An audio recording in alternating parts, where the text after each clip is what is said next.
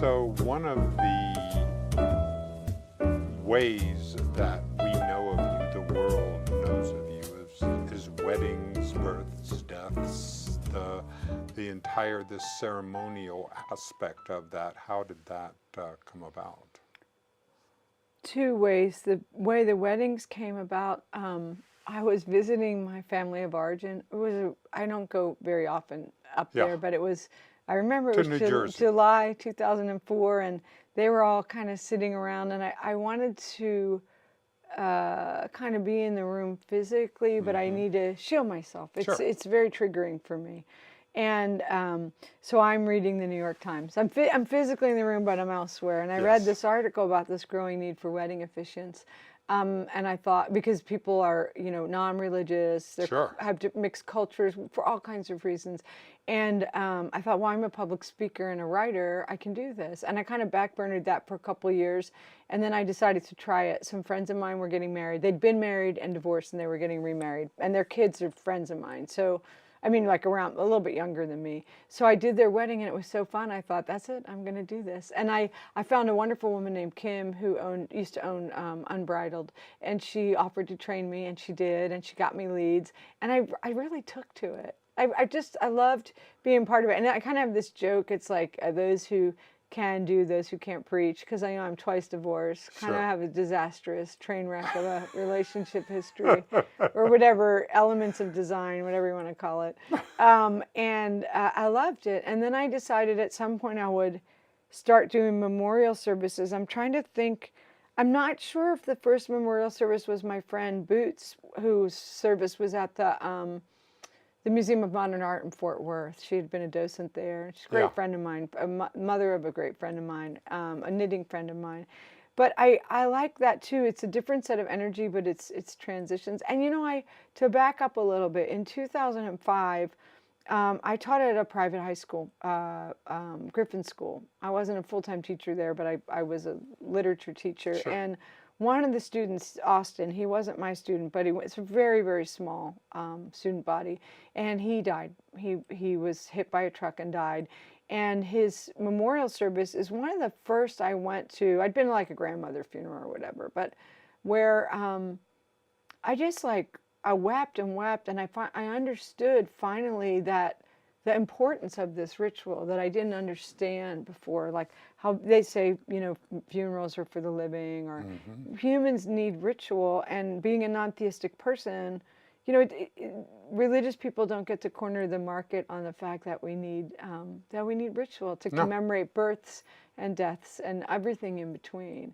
And so I don't want to sound overly earnest, but I take my job pretty seriously, and I like to really work with people to do super customized services. And to give the best example I can give you is, not always, but almost always, with permission of the family, I will conclude memorial services with a standing ovation for the deceased.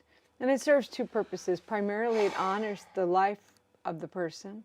And really there's a secondary pragmatic function, which is it's a psychological shift. It's like we're going to move now from this state over to the reception. It's kind of an in-between step. So that's just one example. And I think all kinds of animals have rituals, right? I think of the elephants, right? And so I'm so fortunate that I get to do what I get to do. It's an amazing way to interact with people. It's an amazing way to be intimately part of someone's life, but short term, so that I, the introvert, can run away back to my bedroom. Exactly. But I forge friendships often. So for example, I will sometimes have families. I've had this happen more than once, where a couple who asked me to marry them years later will ask me to do a baby blessing, or to do the funeral of a parent or a grandparent. So that's also another human ritual, I think, to have. It's not like I'm their spiritual counselor. It's not like they come to my tiny chapel every week and I give them my thoughts. But still, there's some continuity to inviting the same person to do the wedding of this sibling and that sibling, and the funeral of this parent or grandparent. It's for someone who came from a family of origin that was tough, it's healing. The services are not about me. They're about the people that we're honoring. But I get this added bonus of doing some healing myself. It's the connection. It always boils down to the connection, and I get to feel the connection all the time. It's like the law of conservation is that there is no such thing as a one-way blessing. Yes, there's a word that I wish I could remember the name of the word. It's a variation on mitzvah, which is a Hebrew word for like a good deed. Yeah. And so I recently, yesterday, I just finished round 4 of revisions on a novel that I co-wrote earlier this year. And I don't want to give away too much, but hilariously enough, and the book's not a comedy, but I say it's hilarious being non-theistic, our main character is God, is our protagonist. And one of the characters that he meets, Miriam, she belongs to a temple in Colorado, and she talks about a specific kind of mitzvah, which is, the visual I'm getting in my head right now is like it. Oh, you know what she says? It involves hand and heart, or I think of it like a handshake. It's like, givers need receivers. Yes. It has to go both ways, and it took me a long, long, long time in my life to understand the importance of receiving. Yep. Yeah. And when you accept praise, the whole part, have you had a hard time accepting, because you're getting more and more people, because many times we've had difficulties with that. Can you talk about that? Oh yeah, it's hard it's a very weird conflict, right? Because one of these terms that I learned in recovery is people pleasing, and a lot of terms I learned in recovery, I'm like, well, of course I'm a people pleaser. We want to please people, like, until we sort of learn to unpack that, and that it's like about trying to earn your place in the world or whatever, or trying to avoid being abused, or all the things that it's about, right? So whatever, I already forgot. Give me the question. Feed me the question again. Well, we were talking about receiving praise. So it's this thing that I've sought forever. I think part of the reason I did so well academically, I mean, I had the capacity for it, but I also was thriving on all this positive feedback from my teachers, stuff that I wasn't getting at home. So it was a reward system, right? Of course. And so now, I'm the age that I am, and do I love praise? Yes. And do I wince in the face of it? Absolutely. And this is, I guess maybe I hadn't thought about this before. Maybe I have. That it's kind of part of my recovery work, is that I want to hear, I want positive stuff, but I also want to not rely on reassurance and external validation. So it's kind of tricky. We all need connection. I think we all need some praise. I have this thing going on right now where it's been really fun this summer. To back up to 2 summers ago, I had just gotten out of, or been discarded from, a really toxic relationship, and I quite literally could not. On the road where you see this fight. It was horrifying, and I couldn't even look in the mirror. Like, not that I spent a lot of time in front of the mirror, but I would catch a glimpse of myself, like brushing my teeth, and I would literally step away from the mirror. It was too painful. I understand. And I couldn't eat. I was in very bad shape. Now this summer, a couple years have passed, I got into recovery work, and it's hilarious. It just happened the other night. I was at a gas station on South Congress, and this young man, like 20, early 20s, he's like, man, I want to look just like you, or want to be just like you when I'm an old man. Or it didn't hurt my feelings. I have a lot of white hair, whatever.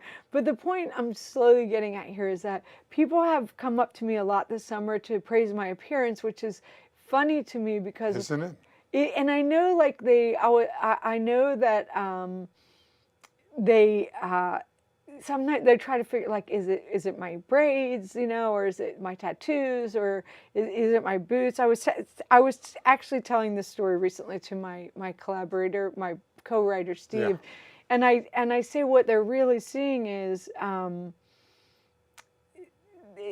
what we call our inner bling. Is that I'm the more healing work I do, the more I don't even love the word happy, because happy can be the top of the roller coaster, but the more secure and safe I feel, the more free I feel in my creative process, the more I stop getting into toxic situations.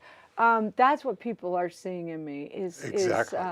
Yeah, that's what they're seeing. And I feel that we have moved up, that we have a higher emotional intelligence as a species, so we're resonating with that more than we did years ago.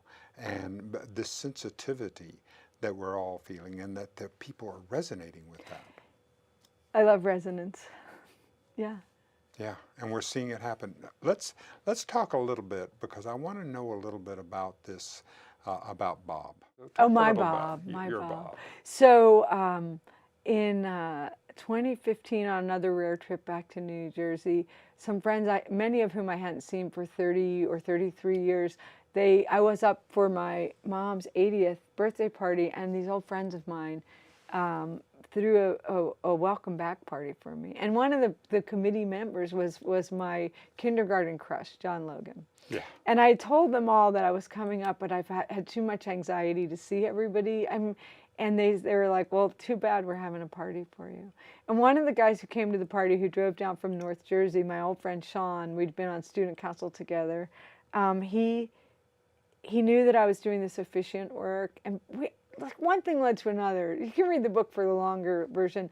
And This is the Tao of Bob, yeah. So Sean knew I wanted to buy this tiny chapel in Luling and move it to a piece of land. And he said, well, look, if you sell your house and buy the chapel, my wife and I will invest in you, and we'll help you buy a piece of land. And so I found this ranch out in Garfield, just 20 minutes outside of Austin, and it was an abandoned meth lab and junkyard. It was a mess. And I told Sean, oh my gosh, it's a turnkey. Come take a look at it. He's like, it's a teardown. But he and Jen said, you know, we believe in you and we trust you. So here's our investment. And I busted butt. And anyway, along the way, my friend Ellen, her mom died in July of 2017, whatever year it was, 2016. And her dad, Bob, was this farmer in Indiana. He wanted to come to live near Ellen and really get to know her. Ellen had left when she was young, and Bob was a farmer, so he worked all these long hours. He didn't want to live in the city. And Ellen said, does anyone know a place he can live? I said, I live in a 3,200 square foot house by myself. Bring him, like, whatever, bring him out. Bring him out I think she wanted to bring him out for the winter. And here comes this guy. Like, so we cleared out the like meth lab junkyard stuff, redid the house, and Bob moves in. And at first I'm thinking, well, how nice of me to do this man a favor.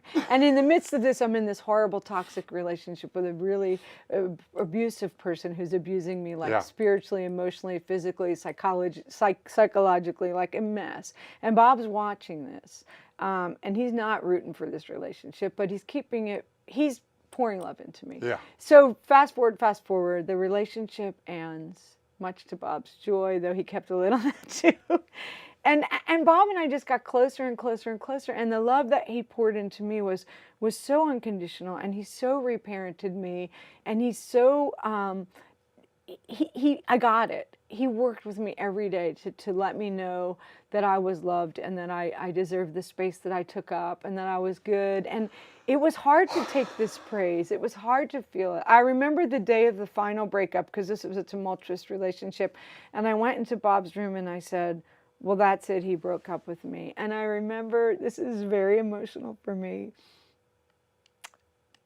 I was dressed, I had to go perform a wedding, and in my head was a mess. And he said, honey, you look so beautiful right now. And he said, I'm really glad you're not drinking.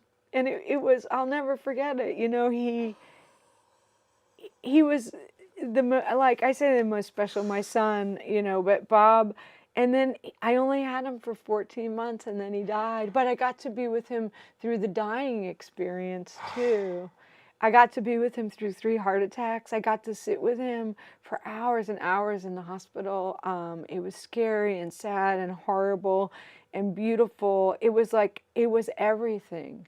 And then he went away, but he didn't go away. He comes back all the time as a mockingbird. Yes. Yeah. And that's where I think of this. My mother died, and I called a dear friend of hers, the first person I called, and told her, and she said, you know, death is only a horizon, and our horizon is the limit of our sight. That's so beautiful. That was her first reaction. That was the statement, and so here he returns, and I don't know that there is any place to go. I like the Iris Dement line. I prefer to let the mystery be. You know, Yeah. I don't want to be debate No. about it. And I don't think that there is any. And one of the neat things is that it appears to me that life is custom designed, so that each one of us can have exactly that perfect experience, and choose metaphor, mockingbird. Fine. That the universe has only one answer to every question, and that's yes. I love that. Life is hard, and everybody's against me. Yes. Life is a wonderful adventure with ups and downs and challenges, and I'm going to get the most out of it and have a wonderful time. Yes. And not everybody figures that out. And I don't say that in a pompous, holier than thou way. What I'm saying is I took the hard way a lot. I didn't really know that there were other ways. No. And now I found, well, something I do in another recovery group I'm in is that we learn you don't have to struggle. No, I mean, there's going to be exceptions. We're going to have people, of course there are going to be exceptions, but in the big picture, Thank you. I don't need to struggle every day, but I was raised in a way to believe like every day is a struggle. And I was raised in a blue collar situation where like my business partner said to me, he watched me grow up, and he knows me very well, and he said there's this mentality, this blue collar mentality that is in my blood. Sure. Of like, if you aren't working too many hours a day and feeling really miserable doing it, then something's wrong. And he's really worked to coach me to understand there's a different way, and he's making a lot of headway. I have a number of people in my life who are shining the light down the path for me, and it feels really great. Yeah. How different would this conversation have been 2 years ago? We probably wouldn't have it because I was hiding in my house wanting I didn't actively want to kill myself. This was part of it too. It was like I know that voice was I know the voice kill yourself was false, but it was exhausting. I'm fighting it. So 2 years ago, it was not good. I mean, I couldn't. I say that now. I'd already written my meditation book. I started a meditation practice maybe 20 years ago. I was still teaching classes. Part of me was showing up, but I was very broken. And what I mean is, I had one of my therapists explain we're always whole. And I have another friend who's my friend Angel, says that like, even if we're broken inside, we still are contained. We're whole because we're inside of ourselves. Like I love all the metaphor, like you were saying. But I was, only now can I look back on 2 years ago and kind of really sort of begin to comprehend just how broken I was. And it was not good. But it was this, you know, Leonard Cohen, right? It's how the light gets in. And I like to say, when I shared my story at my recovery group, I like to say the cracks are also how the light gets out, you know, because the people who have loved me back to health, who saw these, I felt like I was dark inside, but there were these tiny little embers, and these human bellows have come along and built the fire back up, and so the light comes out of the cracks now, so I can give and receive. Yeah. But that was a period of my life of primarily needing to receive. I was spiritually in critical condition. Yeah. And there is such, what I feel about you today here in 2019, in August of 2019, is an incredible groundedness. Thank you. I really, I feel like I want to do like my Academy Awards speech, but I have to, like, there's so many, the list is so long of people who've helped me, but I like some really key things that are helping me ground myself. My friend Carol, I jokingly call her my spiritual advisor, but it's not even a joke. No. We have a lot of similarities. Thank you. She's 20 years older than me, and now I'm at a place where instead of being contrarian, when she says, "Well, this happened to me, it might happen to you," or that you know, given the parallels, instead of saying, "I'll do this my way," or "I'll see," or I don't want a spoiler alert, I will try really hard to listen. She helps me with observation. My writing partner, who just showed up in my life, like I'm not a collaborator by nature. I'm a solo introvert, hider, lock myself in my room with my dogs. But Steve just showed up like when we were first starting to get to know each other. I would sometimes just say like, are you real? You know, are you like Harvey the rabbit? Or I couldn't understand, and I still don't entirely understand how we wound up collaborating, but it doesn't matter. It's changed my life in the most profound ways. And Steve is very, very grounded, further down the path than me. Not that it's a competition, but what I'll do is I watch. You know, we have a saying in recovery: if you want what we have, you'll go to any length to get it. Exactly. So I watch people who I admire and who seem to me to have a kind of peace that I'm interested in, and I'll emulate them. Hopefully not like the movie Single White Female. No, it's not like that. But like, for example. But that's modeling, isn't it? It is modeling. But like, I realized that I was waiting for whatever states need to fall off the country so that we'd have the Atlantic Ocean here, and that's not going to happen. So with some coaching from Steve, I learned how to, instead of being angry at Barton Springs for not being the temperature that I wanted it to be, he coached me with a technique on how to jump in, and I used to get furious when I'd get in that water. Now I get in every single day, and it's a great joy for me. And when we write together, it's a great practice in like, we never have gigantic disagreements, but maybe one person wants to write it a little differently than the other person. There's not ever this. It's learning. It's impossible for me to describe. Kara likes to joke that the real book is how the book came to be. I mean, we're getting ready to start another book, but to be able to be creative with somebody else. And in a non-pugilistic fashion, where we encourage each other and see the same way and differently at the same time, it has opened up something inside of me.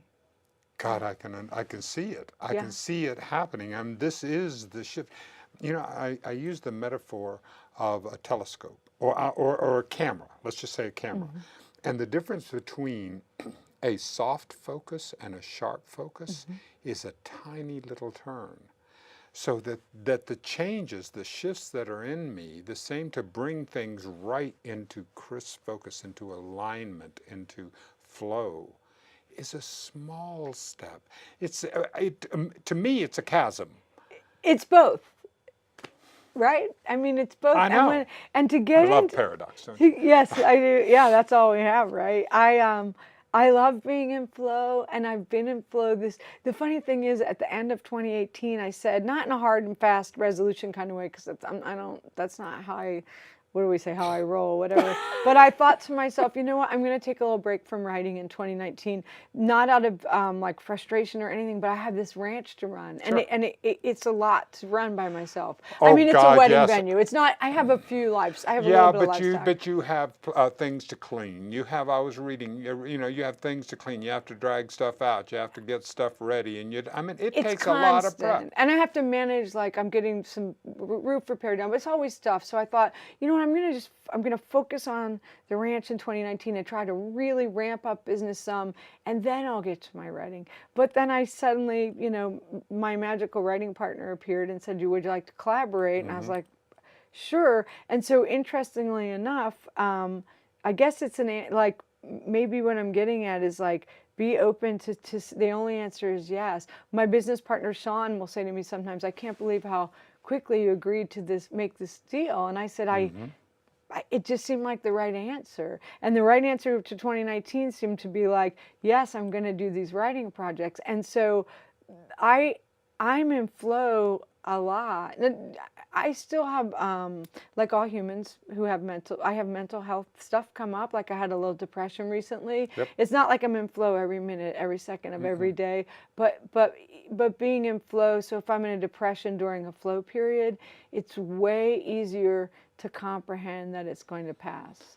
Because it never feels like it's going to pass, no matter how much experience I have. No, but just knowing that it is going to pass was the big healing point for me. It's a big, big, big deal, you know? To be in the middle of it, because it's just as dark and it's deep, and sometimes it's the hard, but the only thing is that there's that little voice that lets me know, this is going to pass, and that's the difference. That's one of the biggest things. I've learned so much in recovery, but I remember hearing a friend of mine say that, how he knows that no matter how unokay he's feeling on any given day, that the foundation is, I'm okay. And that's something I remember and carry with me all the time. I have plenty of moments of fretting and obsessive thinking and all the rest of it. I'm certainly not like some enlightened being. I get but angry way less. Maybe not. Maybe the enlightened beings weren't like that either.